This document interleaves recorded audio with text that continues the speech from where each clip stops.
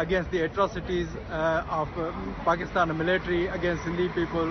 Hidayat Lohar on 16th of February, he was killed in a daylight when he was going to school.